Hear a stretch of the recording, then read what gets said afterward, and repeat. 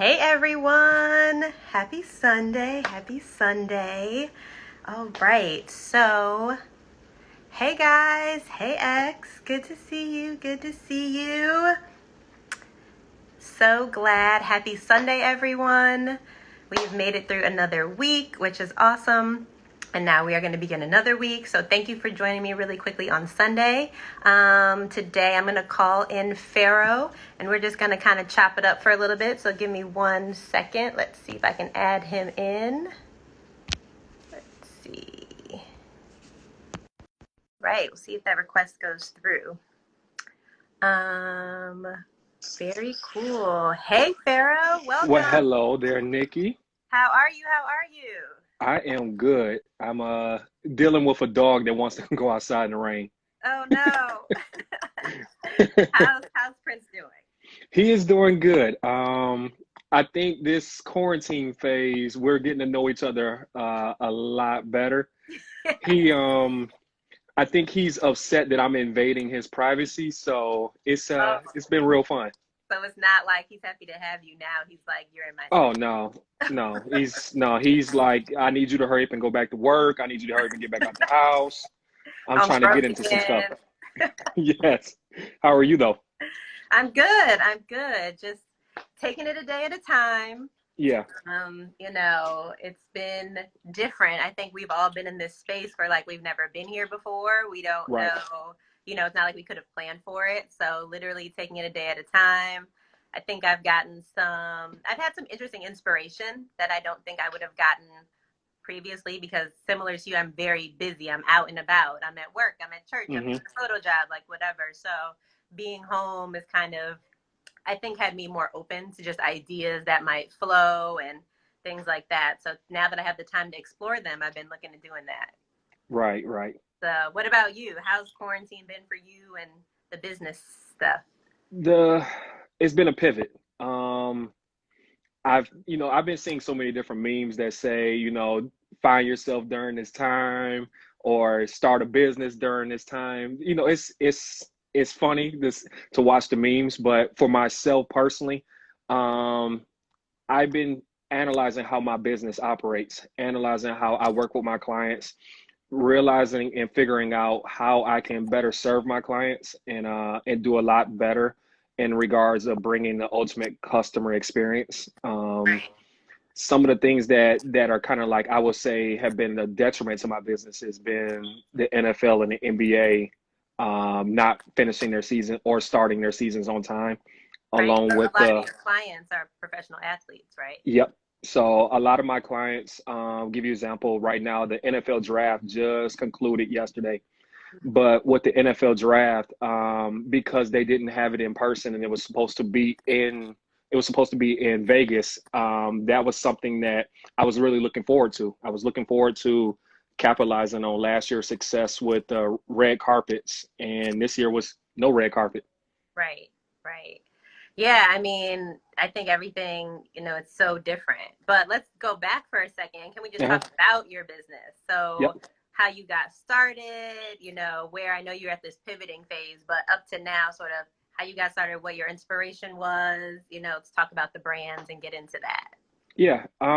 So for the duration of my whole life, my parents have owned a dry cleaners, and I've never wanted to take over the family business. It was just something that it just wasn't fun to me. And if you remember, like Paid in Full with Ace Boogie, he was just standing there in the dry cleaners, like that was me. I was just standing in there, like it just wasn't fun. But I always loved fashion, and it was basically because of the people that brought their clothes in. I was able to see different pieces. I was able to see how they brought everything in together. I never knew what I wanted to do until it just fell into my lap. I had a couple friends who play in the NBA, NFL, and currently one of them is 7 feet tall. And I realized that he was having a hard time finding clothes that actually fit him. Right. Nike was having a hard time even sending him clothes. So to me, I thought about like, how can I capitalize on a market where professional athletes can tap into like the fashion side because they like to dress. Hmm. And from there, it grew, it exploded. In 2019, I'm sorry, in 2018, I took a chance on myself as far as going to the NFL Combine. Mhm. And the NFL Scouting Combine is in Indianapolis. It's in February, and it's Okay. for guys to get like tested mentally and physically. And then that's like you'll know the placement of where they're going to be drafted. Possibly Okay. teams will get the chance. Okay. Fast forward to 2019, because I was able to go to the combine in 2018 and meet a lot of great connections. I was able to have the most guys in the draft in 2019, Oh, total out of all rounds. wow, that's awesome. So when you went to the combine, was that you sort of had this idea like I need to go, or did someone approach you and say, "Hey, we want to send you to the combine"? How was No, that? I just literally had the idea in my head, and I literally got in the car. I think I was supposed to go to Chicago that weekend, and I rerouted my whole plan. And I think I drove through three states, Pittsburgh to Indianapolis to Chicago back to Detroit, because I was living in Detroit at the time, Yeah. and I wanted to make sure that I built the necessary connections, that I was out there. Oh, so One you of the had follow-up trips right after the Yep, combine? Wow. yep. And so while I was out there, I was able to meet like good people. I just saw somebody enter in. I just saw Lucky Whitehead enter in, and the example being like I was able to meet Lucky's marketing manager, Sam Tiger, and me connecting with Sam, it built a relationship. Fast forward 2019, I was able to work with Lucky, and we were able to do some player designs where he was able to put his input, use his creative style to, designing some shirts. And Lucky right now is one of the budding stars of the Canadian Football League. Um, Another thing was a good friend of ours, Chris Coy. I was able to work with Chris Coy and I think Chris learn the. just joined. Hey, Chris. Well, hey, Chris, talking about him. Was able to, learn from Chris, learn the intricacies of the business. And, even Right. though I'm on the fashion side, I'm able to learn, other industries. I'm able to learn how the hospitality scene is, how the restaurant scene is, how the music industry is, because one thing that will always stick around is clothing. We all have to be dressed in clothing, and it plays an integral factor to our personality. Yeah. Yeah, that's definitely true. And so as you sort of developed your brands, I know now you have two of your main brands that you focus Yep. on. So how did that go with like the idea to do one and then it blossom into multiple brands, and kind of what do each of your brands stand for? So it's funny because the when I first started this, I really did not want to be out on the scene. I wanted to be behind the doors, behind the scenes, behind the like I guess we would say behind the curtains. And so I created this moniker named Christian Henry. And a lot of people ask me like, how was Christian Henry developed? In college, we used to go to like on spring break, we would go to Miami or Panama Beach, and Christian Henry was my alias, similar to like Sasha Fierce to Beyonce. Okay. and, and I never wanted my name to really be out there, because I played college basketball, and I just, number one, I didn't want to get in trouble. So I didn't want word to get back to coach to say, okay, Pharoah's on spring break having a good time at the beach. So if I could use Christian Henry, then hey, They Christian would will get in know. trouble. And it just went from there. And as I was starting the brand, a lot of my friends, I reached out to them and I asked for their opinion on, hey, what do you think some of these names should be? And every name that I was submitting to them, they was like, no, no, no. And then I'm not sure if it was one of our friends, Brandon Thrasher or Aaron Petty or probably even Matt, but somebody said, hey, why not Christian Henry? And literally from there, it just grew. I started coming up with ideas that, okay, Christian Henry can be similar to Christian Dior. It can serve as a men's or women's brand. It can speak to the confidence of a man or a woman. Yeah. And I literally wanted to turn it into something international based, not necessarily domestic. Right. To capitalize on that, I really felt like, here in the States, we use so much of Italian or European brands. We use the Louis Vuittons, things of that nature. And it's like, why not take an American brand and take that international? Why Right. not be one of the pioneer Black designers to do that, and follow along in the steps of like the Virgil Ablohs. Um, Right. and so with that, I developed Pharoah. And so with developing Pharoah was to become almost like a housing agency, to work with different stylists, to work with different designers, and to supply all of our professional athletes, to supply our music entertainers, and to supply executives, but also to put things in different retailers. And so Pharaoh has um, different ways in which it can encompass, hitting the consumer. Yeah. Awesome. So Christian Henry still exists. Yep, Pharaoh is the parent company over it, or is that's it still correct. a partner? Okay. Got it. Got it. And so I know you said a lot of your clients are pro athletes. Do you cater only to pro athletes, or what's sort of the clientele that you cater to? So it differs for each brand. So Christian Henry mostly caters to our non-athlete, I guess you say our non-celebrity, Okay. whereas Pharaoh is more player exclusive or celebrity exclusive. It gives the player or the celebrity the the ability to create on their own. Um, as I've been working with a lot of the players, for example, a lot of them are learning business. They're learning how to, not just put on pads and a helmet. They want to learn the intricacies of business. They want to learn how to develop clothing. And so that was the fun piece as far as tapping into their creative side and literally just having fun with it. Right now, I'm working with a player named Jonathan Wynn that plays with the Detroit Lions. He's an author. That's something that Wow. he does on the side that a lot of people don't know. He loves to write, and that's something that like he's creating his own publishing house, like or another player that I'm working with, Seth Curry. Seth, a lot of people don't know, he's Steph Curry's brother, and everybody says, "Oh, he's plays basketball," but Seth is so much more than just basketball. He's a gamer. He's an avid dad. His personality is very great. So it's fun to tap into these personalities and literally bring their, I guess you would say, bring their thoughts to reality. Yeah, cool. I just want to pause and say we have a lot of people joining. Our friends are joining. People are Hi commenting. guys, They like your hat, your thank you. style. I trust me. If I take this hat off, it's not going to be pretty. Yeah, I think a lot of us are dealing with that. I just did my own little thing, but No, yeah, but you good over there. You're real good over there. thanks. I'm trying. So I guess on that note, what do you have any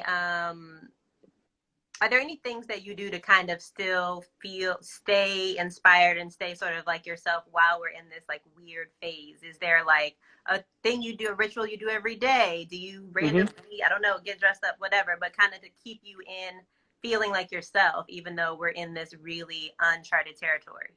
To be honest, I'd be lying if I did not speak on the mental health portion of it. Because when it first started, you know, I'm I don't know what I am. I don't know if I'm an introvert, extrovert. Like I like to get out, talk to people and things of that nature. But at the same time, like I like to come home, sit and chill, be with my dog that really doesn't want me to be here because I'm crowding his space. But the first week, I was cool. Like I was like, this is cool. I can deal with this. I can literally I can do this. And Yeah. then as week 2 and 3 progressed, and then we started hitting week 4, and I was like, this is a little bit more difficult. And what happened is, from the mental health portion, I started feeling like the walls were caving in. I started feeling like, I'm encompassed in a four-wall setting and I need to get out. So Hmm. some of the things that I started doing was I started taking my dog on longer walks. The great thing about living in New York is not a lot of people realize is we're out and about. We have multiple businesses that are still essential, but they're still open. And with that being said, it's like I'm able to still go out, sit at the park, tie prints right there, to the bench, and I can literally sit and bring, my backpack and laptop and work from outside, and take Yeah. in. And it was great to get that fresh air. I felt like it rejuvenated me. And I learned that about myself, that, you know, I can easily pull myself out of the funk, but I got to find different ways to do that. Yeah, that's true. I think that's a good point in that, I have also felt like not like myself. I'm used to being out and about, and even if I don't have a thing to do, I don't usually sit at home.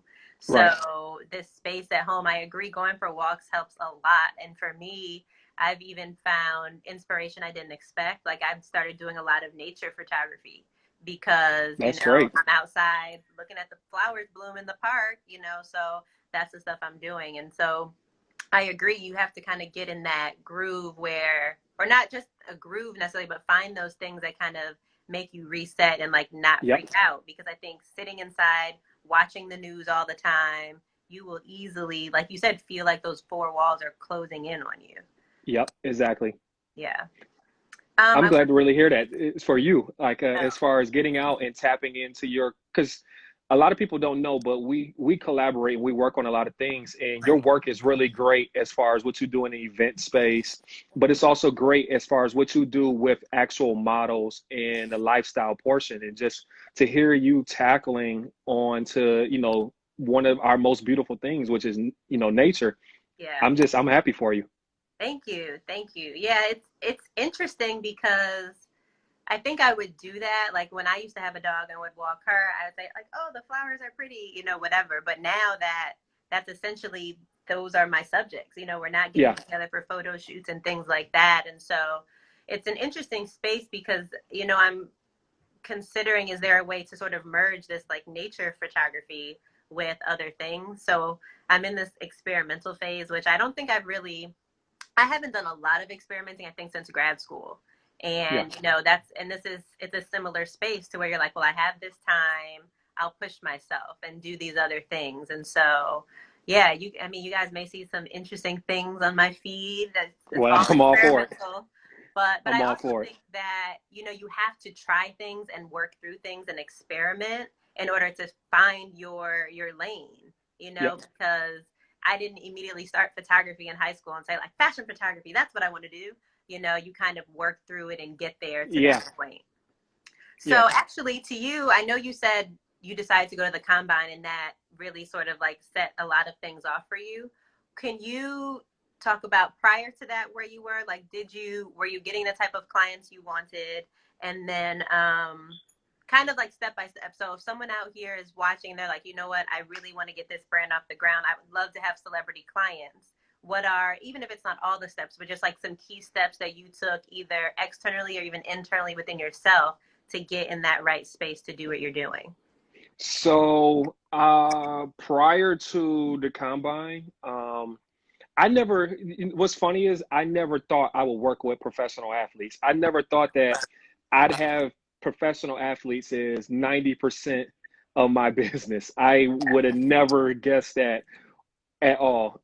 When I first started, you know, trial and error, you know, you try on yourself, you try as far as with your friends, your family, and after that, it started to become bigger. I was able to start working, you know, with like referrals, and from there, you know, I started tapping into the portion of, okay, I have friends that actually pay like top dollar for clothes. Like, who are these friends? Because I wanted to put myself in the lane of a luxury market. And that's where I started tapping into my friends that are all professional athletes. And it literally just grew from there. Like it exploded, to say the least. And from there, it's like different ideas just started coming about. I started seeing that, you know, there was a need for certain things, because when I first started out, it was all about suits. It was all about helping a man, you know, tap into his inner confidence. And a lot of people, you know, you can put on clothes and or buy something new and it makes you feel so great. Mhm. And there's that old motto, you know, that I think will always remain relevant, where it says, you know, a man in a tailored suit is, you know, it's almost just like lingerie to women. Like, and I just felt like, let me help guys to tap into that. And I started helping guys to tap into it, I started being contacted by different outlets. Mhm. And these outlets started to help me genuinely grow my brand.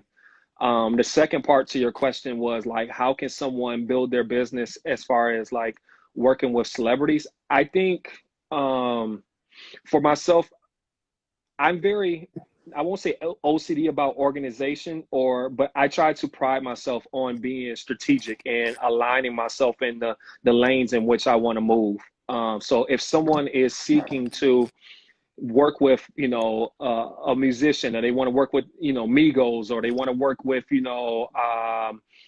a professional athlete, if they want to work with someone like a chef lean, those individuals, they need to study them. They need to analyze them. They need to figure out what makes them tick, what makes them operate. And from there, it's almost like you have to learn that industry. Within the sports world, yeah, I can contact, the athlete, but a lot of times what happens is the athlete has financial managers or they have marketing managers. And those agents or managers are the ones that help to make executive decisions, Right. so that the player is not spending, all willy-nilly. So tapping into those areas as far as understanding where the direction that you want to kind of like go, Yeah. it will help you to be much more successful, especially if you write out a plan. I'm very big on writing, because if you just, say for instance, you come across a thought while you're in the supermarket, it's like, okay, you have that thought, but if you don't write it down and you don't manifest it, then it's never going to come to fruit. It's never going to come true. Yeah. I love how you said like manifest it, because I agree. I think it's more than just writing it. It's like you have to feel it and believe that it will happen, and then do Hmm. the work. Do you think, I know as far as photography, I have found actually it is beneficial to be in the space. Like Yep. even if you weren't hired. So went to the combine, and do you think just being there, like seeing people, even if you didn't get all your clients immediately then, being in that space, have you found that being there, being seen, coming dressed to do the work, not just kind of like, has that been a part too? It's been a big factor. I'm very big on the presentation of, you are a representation of your brand. No matter when you walk out the house, you could possibly be walking your dog, you can go to the supermarket. For me, when I go to the airport, I am dressed in my brand. If I'm not wearing, Christian Henry, There it I'm is. wearing a suit. Yes. I'm wearing something that represents my brand. So that way, if someone, because it happens quite frequently, and I'm very humbled and I'm thankful that it happens, but someone will walk up to me and say, "That is a nice suit." And the first thing that I'm going to tell them is, "Thank you, I made it."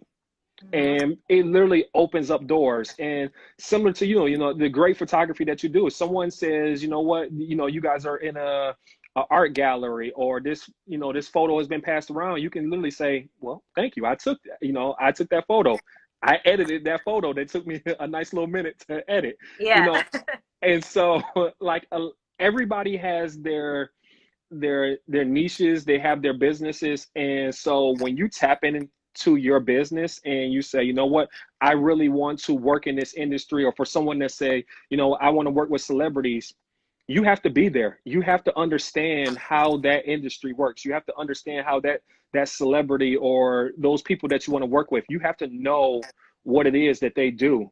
Because if you don't, you're not going to know how to capitalize on what it is that you're seeking.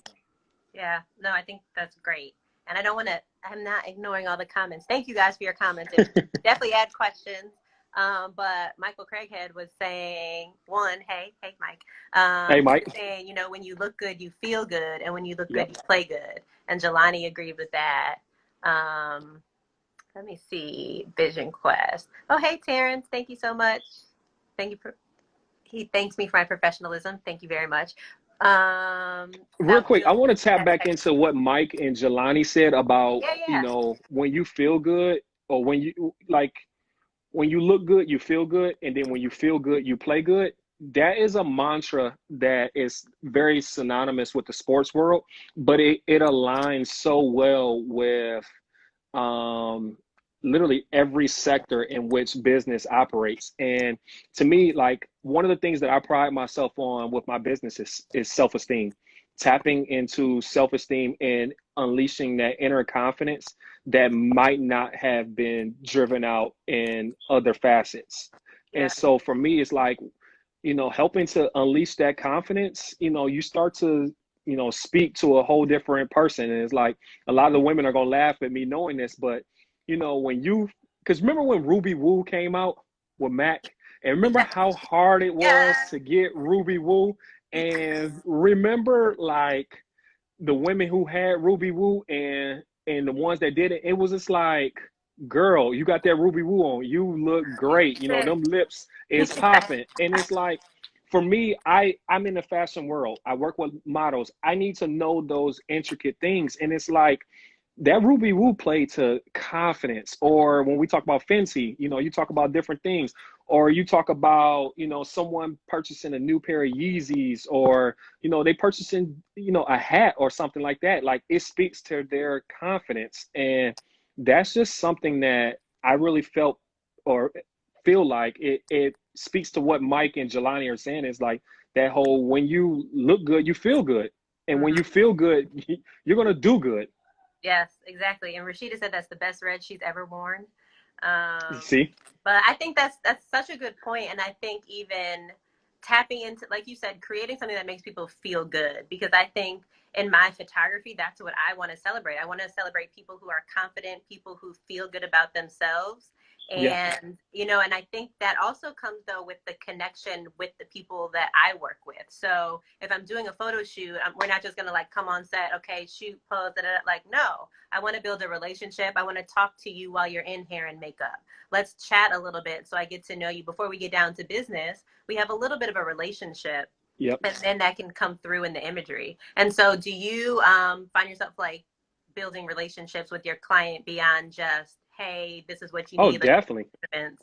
Yeah. Definitely. What's so funny is like earlier I tapped in or talked about Jonathan Wynn, and it's funny because Jonathan, I and his wealth advisor we were in a texting thread earlier, and we were talking about K Camp, Tory Lanez. We're talking about music, and we were Yeah. talking about the inspirations that literally make you perform or do well. And it's like we weren't even talking about football, we weren't Right. even talking about fashion, but we were talking about just different things. And so for me, it's like I get to learn his personality, and from there he doesn't know it, but like in the back of my head I'm taking notes, or literally I may whip out my phone and take notes and say, okay, this is something that brought him inspiration. Or Right. what happened is like a lot of the guys have, like from the NFL draft, there were a lot of things like there was one guy that was drafted, he plays for his father. His Hmm. father, it was sad to say, but and many condolences go out to his family, but his father was tragically killed on the side of the highway, helping out, and being a good Samaritan, trying to help someone fix a flat tire. And Wow. so for that player, he plays for his father. Mm-hmm. When he was drafted, ESPN honed in on him literally just having an emotional moment and just breaking down.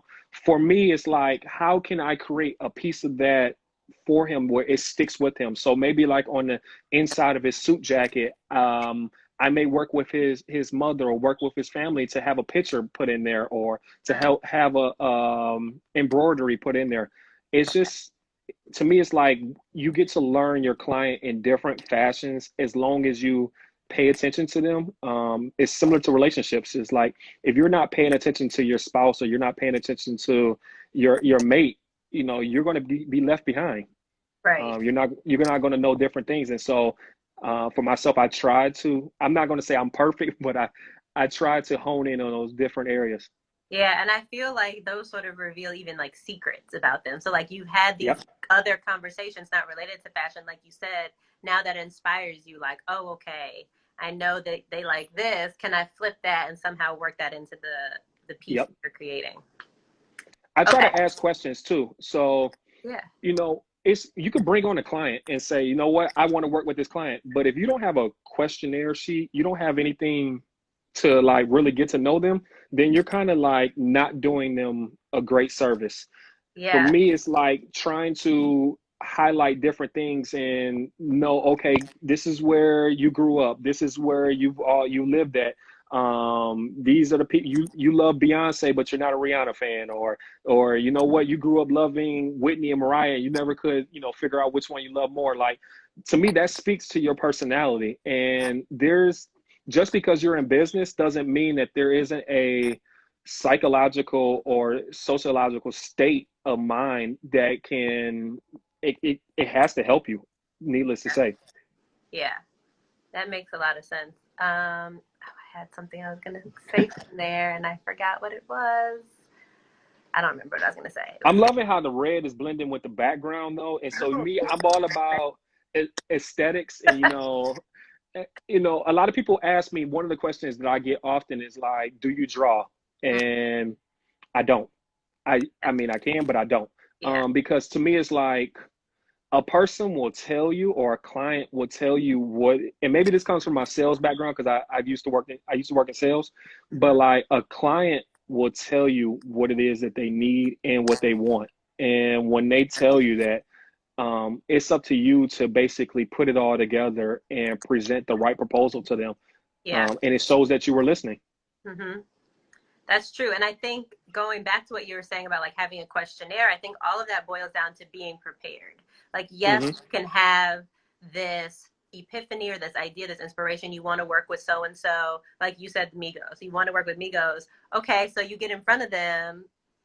Like what? You have to be intentional about it. And I think I've even realized that with people I've reached out to professionally, whether it's like someone to be my mentor or someone I want to talk to. It's like, okay, they said yes to having coffee. Now what? Like, Mm-hmm. okay, so when you go and sit down to have coffee with them, well, I would have a chai, but when I sit down to chat with Yeah. them, what, I can't just come and say, oh, I'm so glad to be in your presence. Like, I am, but also, there's a reason I sought to see them and to speak with them. Yeah. So I think being prepared and having a plan, and even if you don't know the whole plan, but the purpose for this one activity, I think helps as well. I like to, what's funny, because like we set coffee appointments, we set coffee dates. For me, I'm very big on coffee and meeting with someone, because to me, it's like coffee is going to last 30 minutes to an hour. And within that 30 minutes to an hour, you're really going to get to know someone. They're not eating. The hand placements are different. I'm very strategic in how analytical in how I see. So I guess it was, hand placements. just different things. But for me, it's like I will text you beforehand. Mm-hmm. And a lot of times is people don't realize it, but they're giving you the answer. So I will text someone beforehand and say, in case I get there before you, is there any particular type of coffee or tea that you drink? With me asking you that, now you're telling me, okay, I'm a chai tea person, or I'm a vanilla latte person. Or they may say, you know what, I can't make up my mind, or I'll decide once I get there.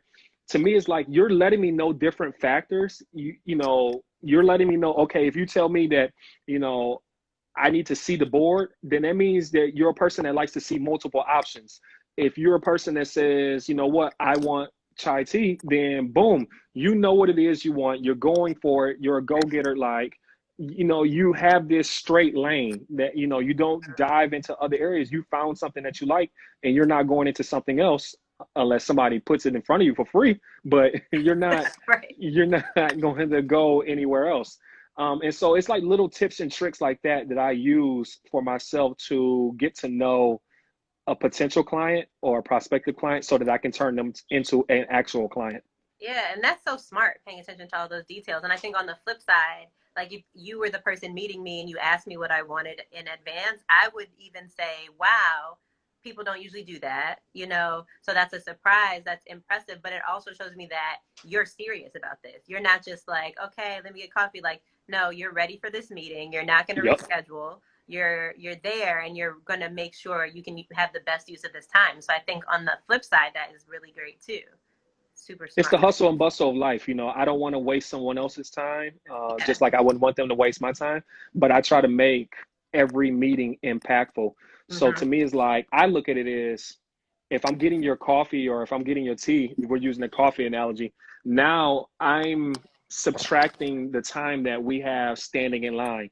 Because from my analytical state, if you got to think about it, if me and you are standing in line and we're waiting to place our order and we're standing behind two people, we're talking about an actual topic. But Yeah. what happens is when we get to the register to place our order, now we got to cut our conversation short. Right. And we may have had different alignments in how we were going to ask questions. And now, at first we were going right. And now, because as soon as, we place our order, we're about to go left. Yeah. And so I try to eliminate that so I can keep the client focused, or the prospective client. I try to keep everybody focused and attentive on the task at hand. Yeah, that's super smart. And some call me, Jay said, details show commitment. So, Yeah. yeah. And D, oh, I look beautiful. Thanks, D. Thank you, girl. I think I saw somebody ask me earlier real quick. They Yeah. they asked, and I think it was Rendell, my frat brother. He asked me, what was the inspiration, or what are the inspirations behind Christian Henry? So everybody is different. So what I've learned is, like, as a stylist, if working with stylists, or working as you're a photographer, and I worked with you plenty of times, what I may seek or what I may want in my services from you is going to be completely different than your next client. Right. And so for me, it's like when I'm putting clothes together or making clothes, like, what I may think looks good, that other person may not think looks good. So it's great to propose options, but also I like to take it a step further. I like to give them a monologue of what it could look like, what people in their actual size frame looks like, or for the players, it's like, okay, I working with a guy. Actually, we'll say Chris Coy, because I love to give actual analogies and example. Chris Coy, one of Chris Coy's clients is Cody Ford. Mm-hmm. Cody is a big, handsome guy. He's 330 pounds. But what it is I've learned that Cody loves fashion.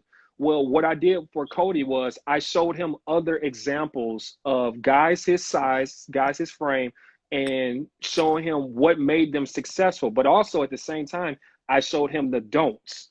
I showed him examples of what made this guy, even though he tried, I'm just going to, put the pain point out there. This is a no-no. This is what we're not going to do. If you're going to spend your money, whether you spend your money with me or you spend it with somebody else, at least know, the education behind it, know what it is exactly that you're looking for.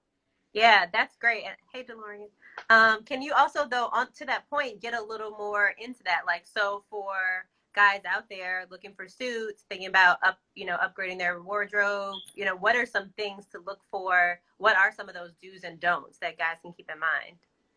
So one of the big do's and don'ts that I try to help guys with, especially if you're buying off the rack, it doesn't matter if you're buying a $1,200 suit literally off the rack, or you're buying a $199 suit off the rack. Look for the different things, as far as, okay, you want slim fit. Okay, if you want slim fit, then make sure that literally, like, right here underneath your arm, or underneath your stomach, that it's not buckling. And what I mean by buckling, someone can, look at their photos and look at themselves and say, is it ripples? Is it ripples like a wave going in your fabric? Fabric is, fashion is art. And what I mean by fashion is art is, if you have literally a paintbrush and you start painting on the wall or whatever, you don't want ripples. You want everything to be symmetrical. You want everything to be, in a fine, smooth line. And fashion is the same way. Clothing is the same way. Something else for the guys to know is we live in this era right now. There's a lot of women that love it, and there's a lot of women that don't love it. But the guys who are wearing the no sock look, as far as, it depends on the actual shoe. It depends on the cut of the pant. You can't have a boot cut pant with no sock and expect that to be right. I'm sorry, I'm not a fashion guy, but I'm just going to say that ain't going to work with me. And I'm pretty sure out of a lot of fashion, experts that I work with, that's not going to work with them either. But having a tapered cut, as far as the hem of your pant, having a tapered cut, that tapered cut, now you got to think about it, like the body itself, from if you ever go get anything, alterations done, what they do is your hips start wide. And then what happens is your lower body is supposed to actually go down like this. Yeah. That's why your leg or your calf is smaller than your thigh. That's why your ankle is smaller than your calf. So what that means is, if you're getting a pant, you can't have your ankle be the same size as, we're talking about the pant now. It can't be the same size as your calf, and it can't be the same size as your thigh.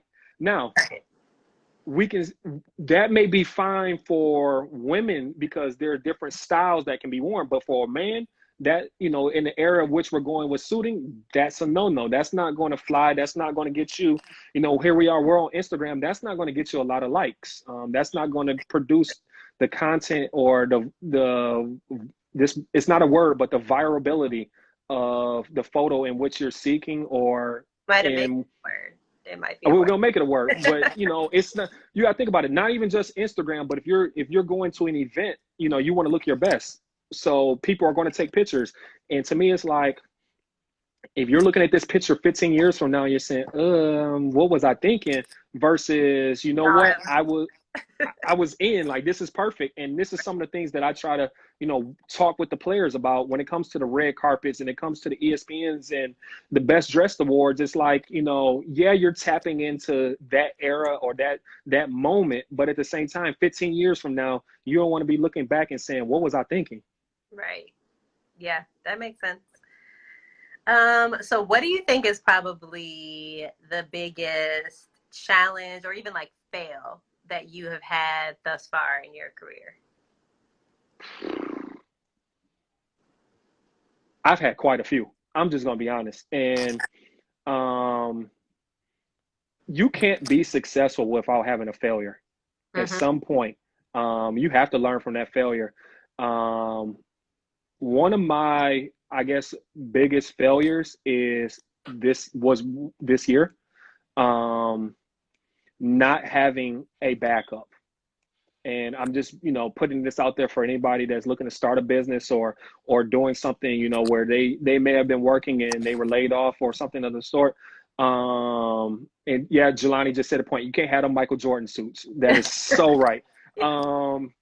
But for myself is I didn't have a backup. I didn't, although I'm trying to pivot out of this, pandemic with a new perspective as far as my business. And I have a great feeling that and from the advice and the words that I've been getting back from people in the different industries in which I'm seeking, it's going to work. But beforehand, I didn't have anything. And so what happened is it literally caught me with the expression with my pants down.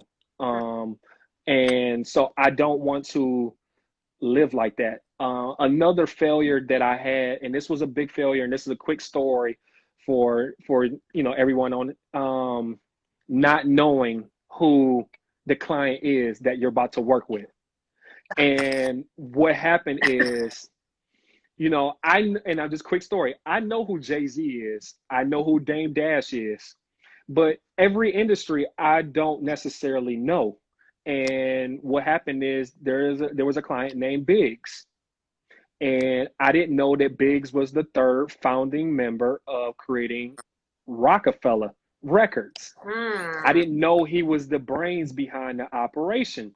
And it's just, I don't want to say it was just my ignorance of not knowing, but it was not my ignorance of not doing my due diligence of doing background research before walking into that meeting. But I did walk into, I had to ask my friend Brandon Thrasher at the time, like, Brandon, like, who is Biggs? And Brandon's like, you don't know Biggs? Yeah, Like, sounds like you Brandon. don't know Shout out to Biggs? Brandon Like, who's watching. yeah, Brandon's like, and I will never forget Brandon's facial expression, like Biggs, like, and for me, I'm like, okay, like, tell me more. And he was just like, yo, Google Biggs. Like, I'm not even about to tell you. And so when I Google, I said, excuse me, like, damn, Right. like, damn. So now it gave me more added emphasis to make sure that I had everything from, I call it the vowels. I had all my vowels ready, my AEIOUs. I was ready. But the thing about it was, it's like, if I'd have been better prepared, could I have said something differently in the email? Could I have sent a different proposal? Could I have aligned myself differently? So for myself, it's like, um, and yes, Brandon, you gotta get rid of your Steve Harvey suits. Like I literally, I'm trying to understand my clients better and do the background research on them beforehand. But Yeah. then I take it a step further and to say, okay, you know what? Nyki may be the photographer, but she works with, Fashion Bomb Daily, different places. And it's like, or you're working with Claire. It's like, okay, I need to understand and know who Claire is. I Hmm. need to understand what it is that Claire wants. So what happens is when you have these different magazines, they have their ad exposure or their editorial covers as far as what they're going to be talking about for that month. They'll let you know what it is. And so for me, it's like I try to hone into saying, okay, if I'm going to work with Nyki, the photographer, okay, Nyki, this is how I think that this shoot should go because this is what I'm trying to capture. This is who and I'm going to tell Nyki, like, this is who all I'm sending it to. So me knowing that or doing that background research or knowing the client or the industry in which I'm trying to work with, it makes me feel better prepared. Yeah, I agree. Don't do what Bilal said. I'm not listening. But no, I agree. And I think Terrence, who's a fellow photographer who was on earlier, said similar things to me because I would assist him on some jobs. And I was always amazed how it would be like events with like 50, hundreds of people. And he would say, that's so and so, they know this. That's so and so, they know that. That's so and so. And Yep. he'd always like call a name, and I'd be like, I don't know who that is. And he's like, what? What do you mean? You don't know who that is? So I think similar to you, it's like if I know I'm going into a space, I'm shooting an event, like yes, doing the background research, sitting down and saying like, hey, this is yes, it's great you're in the room with these people, but if you don't know all the people aside from like the ones in the spotlight, like you might be doing yourself a disservice. So I definitely agree with that. We got final draft manager in right now. And that brings me to another point is, I knew of final draft, but I didn't know who they were. Mm-hmm. Meaning, like, I can know of you, but like, I want to do the background research to say, okay, they have 3 members in the group. And for those who don't know final draft, please go to their Instagram. It's 4 final draft, the number 4 final draft. And it's like, this is the next up and coming group. This is a group that can literally sing their asses off, R&B, like, and getting to know these different components about a person, and just like you said, as far as knowing, like, being in the area, as far as like, what the other photographers saying, you don't know who this is, Mm-hmm. like, it's like, true, I need to know who this is if I'm going to work with them. Like, that looks Right. awkward, that looks wrong for me to be sitting here and not know nothing about you. Yeah. That's like me doing your taxes and not knowing anything about your business. And it's Right. like, I can't help you. Or, you coming to me for law advice, or I don't know nothing about what it is that you're basically trying to do with this court case. So guess what? Like, you're going to lose. Yeah. I always try to stay not necessarily relevant, but I try to stay knowledgeable of who all I'm working with. Yeah, and I think one of my friends D said also knowing their past projects you can bring up as a discussion point. So if we're back in that Yeah, that first coffee, you show that not only did I want to get you as my client, but I've invested time into getting to know you and about you before meeting you. I take it a step further. Like, so right now, I'll give you an example. One of the things that I'm writing down, or my task for today, is the NFL draft just concluded. Mm-hmm. And because there were 7 rounds, what I did was, I have a lot of friends that are in the industry. And so what I did was I wrote down every agent's name.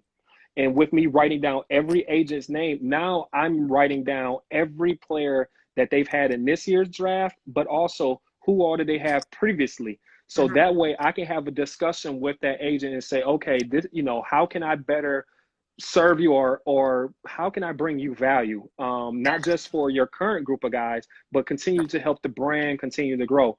Per what your friend was saying, it's like, I like to, do my due diligence as far as learning, the background of their past projects, but I like to know the person also. What makes Nyki her? What made Nyki get into fashion? What made Nyki, Nyki was in advertising at one point. So me doing my homework on you, that's why LinkedIn is a beautiful thing. That's why Facebook is a beautiful thing. LinkedIn. Um, like there's different things and semantics that can help you to learn a person. And even if you don't have a LinkedIn, you have an Instagram, you have something that I can hone in on and literally just do research. But I have to read between the lines and say, okay, this is one of Nyki's passions. I may not know what it is that turn you off to about business, but if I can know what turns you on to business, then hey, guess what, I could put myself in a better place. And you know a little bit more about that person. Yep. But yeah, I agree. Technology is huge. And I think, back when we were in high school and even college, a bunch of this stuff didn't even exist. And we're not that old. But, so the fact that it's out there now is just so, it's so helpful. And I think I have a personal story about that. So last year, I actually applied for a Fulbright fellowship, which I didn't end up getting. But part of the Fulbright was you had to have an in-country advisor. And so I was proposing to go to Nigeria to study fashion there, and never been to Nigeria. Dope. And I don't have really any connections there. But I found that there was a guy, I had applied to 2 photo competitions last year. And between the 2, one man was the same judge, or there was one man that judged both competitions. So I do a little more research on him, and the organization he works for hosts an annual photo festival in Lagos. And I was like, I got to reach out to this guy. Like, I just got to reach out to him. And so went on LinkedIn. I couldn't get to him directly, but there were like other people around him. So I'm like, let me just connect with all the people who work with him. And no one, Yep. a week later, like no one accepts my request on LinkedIn. I'm like, dang, what else can I do? So I'm like, maybe he has an Instagram. And to me, Instagram is not my first usually way to reach out. But in this case, I was like, I need an advisor, would love to work with him. Let's see what You were else I determined. can do. Found him on Instagram, and I'm like, he probably doesn't even read his DMs, but I'm going to just DM him. We'll just see what happens. And so I'm in the process of writing this long message because I had to explain the whole story. And so it had to be 2 DMs because it was so long. I send the first one, and before I finish the second one, it says seen. And I was like, oh my gosh. And so then I send the second, I just put my phone down, and I was like excited and nervous at the same time. Long story short, he responds to DM, and he's like, email me, let me know more about it. And eventually he did agree to be my in-country advisor. And so that's just, using technology and things that are at our fingertips. We're able to connect and reach with so many people now through like LinkedIn, social media, all that Yep. stuff. Yeah. It's funny that you say that. I take it a step further. You got to use the tools that's in front of you. Yeah. So right now, there are a lot of players that I'm trying to get their attention because I want to turn them into clients. And so what I do is, or even their agents, what I do is I turn on, if I don't have any type of contact information for you, what I will do is I will turn on the post notifications in Instagram. And with me turning on the post notifications in Instagram, I'm turning on post, I'm turning on story, I'm turning on everything, because that means that as soon as that notification goes off, like that means that you just posted something. And I now have 30 seconds before you put your phone back down for me to shoot my shot. Ooh, smart. That's very smart.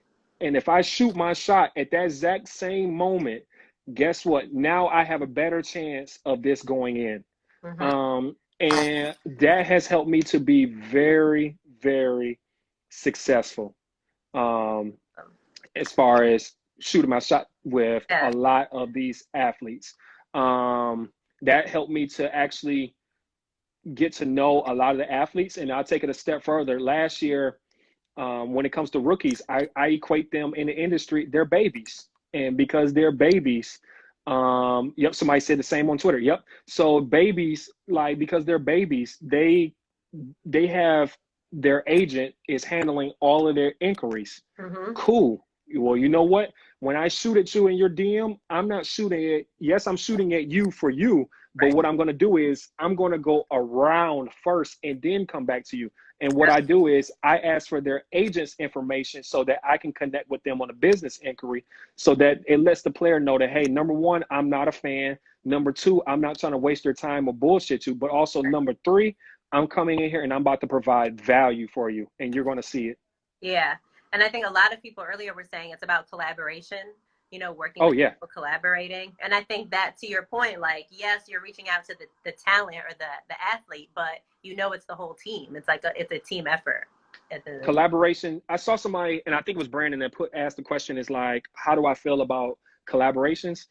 If you want to scale up in business, partnerships is the fastest way that you can scale up because two heads are better than one. So what happens is I may be doing work, and I may be putting 100% in, but what's happening is I'm not getting further ahead as I would if I had another person that was next to me that was partnering with me, and now they're matching my 100%, and what's happening is they're putting my 100% further ahead now.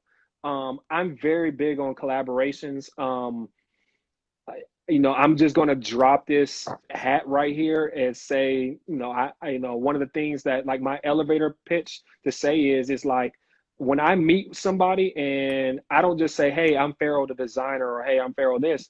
I actually tell them, hey, you know what, my name is Pharoah and I partner with the NFL and I partner with the NBA. And then I drop them another little nugget and say, hey, I'm the only Black fashion designer that partners with both professional sports. And so with that, that lets them know that, okay, I'm verified, I'm authentic, and that vetting process that those higher entities already took it upon themselves that this guy he's ready. And that's why I think that collabs, I always look to do collabs. It's a great mantra. Like right now, I'm going to collab with a hat company. Um, and Ooh. the company is called Wear Brims. Okay. And for me, it's Archie and Taj. Those are the founders, but they're a fedora company and they also make baseball caps. But to me, it's like that's an added extra piece that I wasn't doing for my own company. Hmm. And now I can use that as leverage to say, okay, you know what? A client may not want to wear, a suit or anything that I may make, but they may want this hat. But guess what? If I can put them in this hat, that means I still got them a little bit of the way. So even though it's not my product, I'm partnering with someone that I trust that can provide a quality product. And guess what? Now it's become both of our client because now this person is going to come back for more hats. But also now because I was able to provide them excellent customer service, I'm able to now transition on the opposite side and say they may come back to me and say, you know what, I need something to wear now. I got an event Yep. versus them saying, you know what, I don't have anything, or I may have just let that go. Yep. Definitely, definitely. I think we're slowly going to be running out of time. So, one, before we finish, can you let people know your handle who don't know your Yep. IG, your social media info? So you guys can follow me. My social media is pharaoh.nyc. I am Pharaoh NYC on most social networks. If you just type in Pharaoh, Pharoah, more than likely you will find me or you will find my brand. And you can also visit my website, pharaohnyc.com. Awesome. Okay, yes, we have 1 minute and 40 seconds left. So I see a couple Boom. comments. Brewhouse Co. said something else that you say, or you said with them is, how can I add value to you? I always want to provide value. If I provide you value, now that means that you can hold me in a higher light because I'm actually coming through with something. That speaks to relationships, that speaks to partnerships, that speaks to business. If I'm providing you value, we're going to stick together. If I'm not providing you value, you can kick me to the curb. Yep. All right, last minute. Inspiration, words of inspiration, advice, anything else you want to share with I'm everybody? just going to say this: everyone, stay safe. The more we stay safe, the better it is. We can go out and play later on. For the folks that's living in Georgia, I pray for y'all.